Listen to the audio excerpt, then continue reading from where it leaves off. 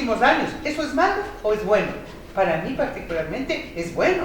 Y esa es una de las fortalezas con las que podemos incidir en esas decisiones.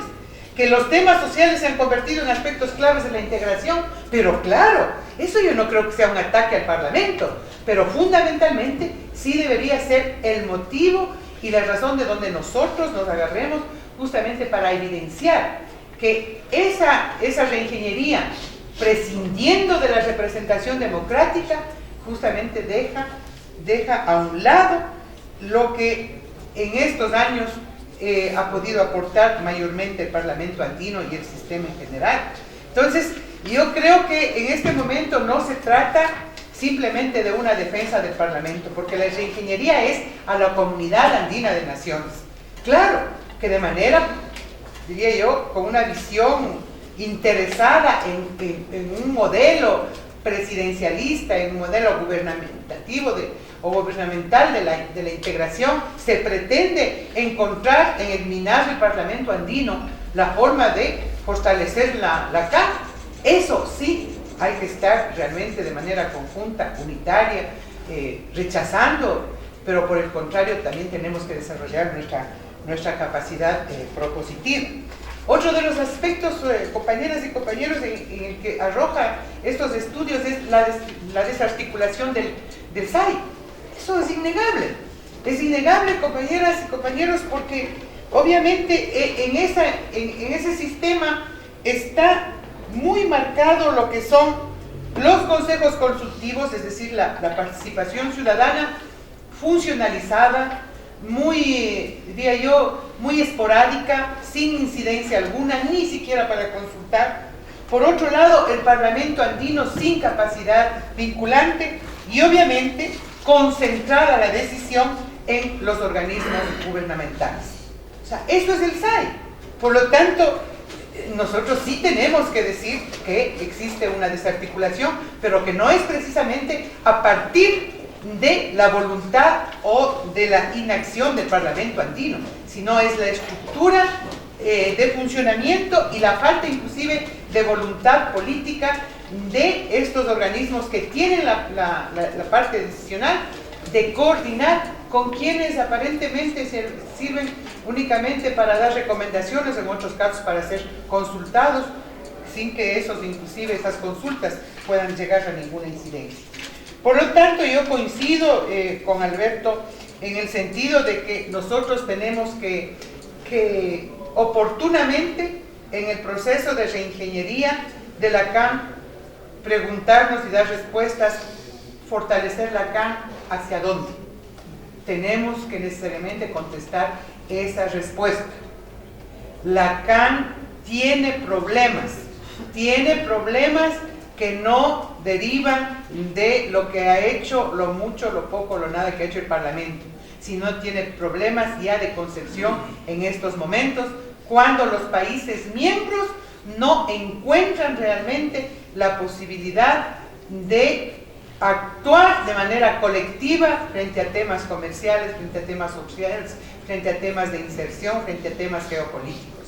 Entonces, en esas condiciones, yo creo que nosotros sí debemos plantear una defensa irrestricta del Parlamento como expresión de la democracia, una defensa irrestricta del Parlamento como la necesidad de un organismo que haga control político, de la existencia del Parlamento como en la necesidad de vincular y profundizar la participación ciudadana, pero efectivamente una comunidad andina de naciones fortalecida y preparada para dar respuesta al nuevo momento político de la integración y en este caso de la integración sudamericana. Porque acá no podemos estar el Parlamento andino enfrentado con decisiones, diría yo, también legítimas de los gobiernos que conforman la UNASUR. ¿Y quiénes son los gobiernos de la UNASUR, compañeras y compañeros? Todos los países de Sudamérica, todos, incluidos los nuestros. Por lo tanto, se necesita ponernos de acuerdo y obviamente hacer lo que nos corresponde, nuestra parte, nuestra partecita de este Parlamento, y defender también ese acervo y esa gran experiencia y trayectoria que ha tenido el propio Parlamento andino y por lo tanto liderar el proceso de la nueva integración. Y esto no quiere decir disminuirnos en la capacidad que nosotros tenemos en este momento de la representación de los pueblos que nos han elegido. Gracias. Gracias, parlamentaria. Tiene la palabra el parlamentario Oscar Bolera. Gracias, presidente. Ahora, de pronto yo estoy tiñendo mucho la pared con tanta participación, aunque breves, que he hecho, pero voy a hacer otra muy breve. Mañana hay una rueda de prensa y yo le solicito al señor presidente y a los vicepresidentes estar muy ajustados para esa rueda de prensa. Aquí en Colombia, ¿qué es lo que se afirma? Que el Parlamento hay que acabarlo por dos conceptos: por inútil y por costoso. Las últimas palabras de Silvia indican a ustedes la importancia de la utilidad del Parlamento andino y quiero y aspiro que en eso ustedes sean muy concretos, no divagar. ¿Cuál es la importancia y cuáles son las realizaciones del Parlamento andino? Y muy específicamente lo que hace que ha sido elegido popularmente. El doctor Carlos Chacón, yo le pedía la semana pasada que nos dieran información sobre todas las decisiones que el Parlamento ha tenido, de cuántos y más temas se ha hecho control político, de cuántos temas aquí hemos elaborado con el concurso de muchos expertos.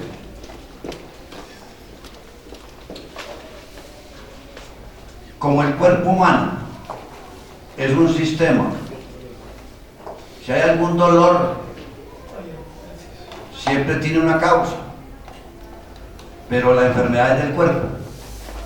Lo mismo pasa aquí en este proceso de integración, Si hay algo que tenga dificultades, que tenga fallas, no es de ese organismo aislado, sino que es del sistema. ¿Cómo no va a haber enfermedad cuando desde el 2006 no se reunían los presidentes hasta el 2011, el Consejo Presidencial Andino? ¿Cómo no va a haber enfermedad cuando los cancilleres comenzaron a tocar el Parlamento andino hace apenas 2 años también? Entonces hay una desarticulación y esa es la enfermedad del sistema, no del Parlamento andino. Entonces hay que ser muy claro mañana en la rueda de prensa. Costo. Yo no quiero hacer referencia a Colombia, la haré en los medios cuando me toque. Les decía esta mañana de costo. Uno podría ponerse a analizar cuánto cuesta una embajada y qué útil es cada embajada. Uno podría ponerse a pensar cuánto es útil 158 asesores en el gobierno nacional de alto rango. Uno podría ponerse a pensar cuánto costo es, y si es costo o no es costo, tanta inversión en publicidad. Pero no hagamos ese debate aquí. Lo que yo quiero significar es que por costo no puede agotar el Parlamento andino. Yo creo que hay un ensañamiento, una obsesión ubicada en alguna parte de este sistema que quiere acabar con el Parlamento andino. Doctor Rubén Darío, yo no tengo fijaciones en UNASUR, ni estoy tratando de competir con UNASUR. Lo que pasa es que yo estoy, en lugar de competir, priorizando. Y yo creo, presidente y parlamentarios, que las instituciones no se perfeccionan acabándolas. Esta institución como proceso tiene que seguirse perfeccionando. Y lo que pasa es que en mi cabeza, ya bastante despelucada, no me cabe como que 4 señores se reúnan y definan que el Parlamento andino se acabó. Eso como que no me cabe a mí, como que me parece que eso es una afrenta a una causa de la cual nosotros somos efecto, que es el pueblo. Es un agotamiento popular. Aquí se trata es de pronto sí, puede que otros tengan mayor interés en otras siglas, en otras organizaciones, y lo estén manifestando muy claramente. Pero yo pienso que nosotros tenemos el deber con nuestros electores, porque como lo decía esta mañana, presidente, yo no estoy aquí por capricho mío, yo estoy aquí porque me sometí a las reglas del juego existentes, a la existencia de una ley, la 1157, que crea la elección popular de alcaldes, al Tratado de Trujillo, que le da su origen a los fallos del Consejo de Estado, a la exequibilidad de la Corte Constitucional.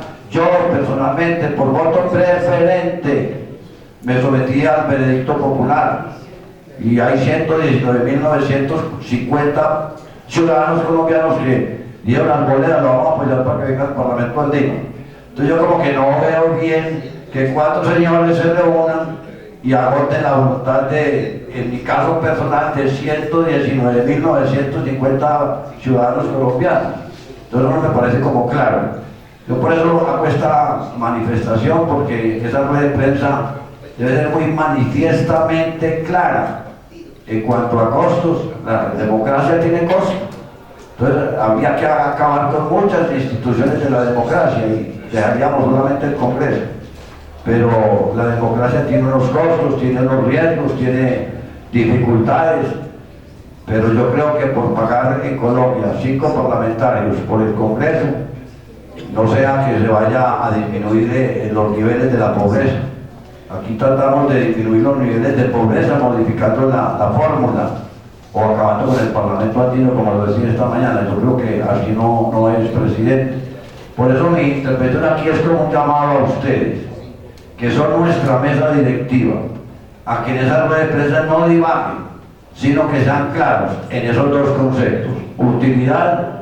El doctor Alberto Arias decía que es que no le dan importancia, pero que no le den importancia no quiere decir que no sea importante. No quiere decir que no sea importante.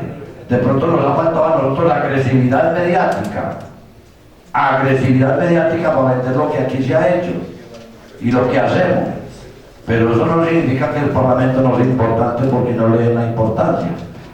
Eso es un mensaje, como decía San Agustín: hay un polvillo en el aire que no nos deja ver bien.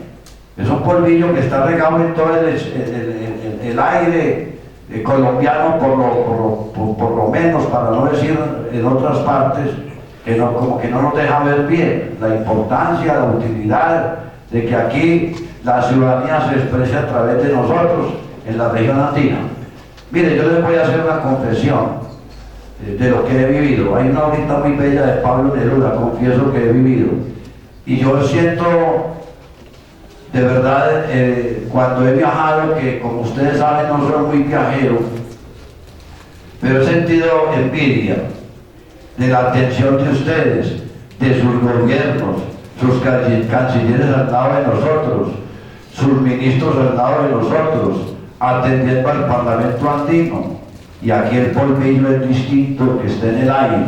Ni nos atienden, ni nos reciben, ni nos responden, ni dan por recibido las decisiones del Parlamento andino.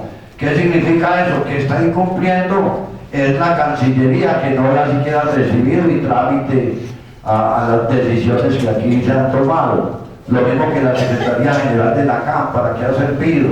El gobierno se le olvidó que eso estaba muy enfermo. 2 años lo dejó en entredicho, ahí cargado, sin hacer nada. Y todo es lo malo que es el Parlamento andino. Yo vuelvo y le repito, presidente, las instituciones no se perfeccionan acabándolas. No dejemos acabar el Parlamento andino. Yo no tengo fijación en esta silla. La prueba es que me paso de allá, me paro, me siento aquí, me siento allí, y me puedo ir y me voy. Pero no es un problema mío personal. Es que yo veo la importancia que tiene la vocería del Parlamento andino ante los pueblos de la región.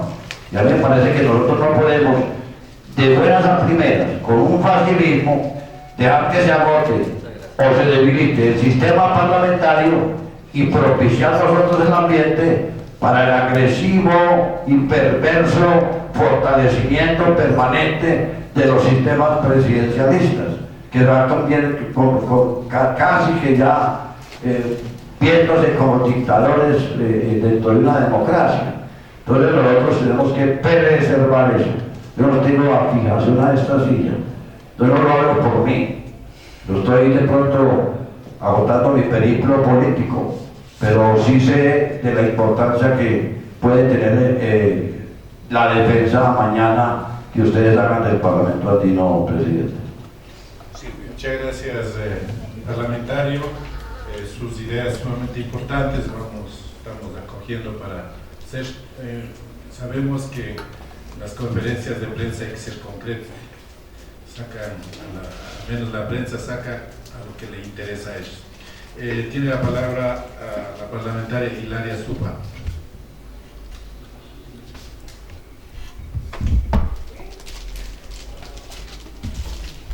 Gracias, presidente. Yo creo que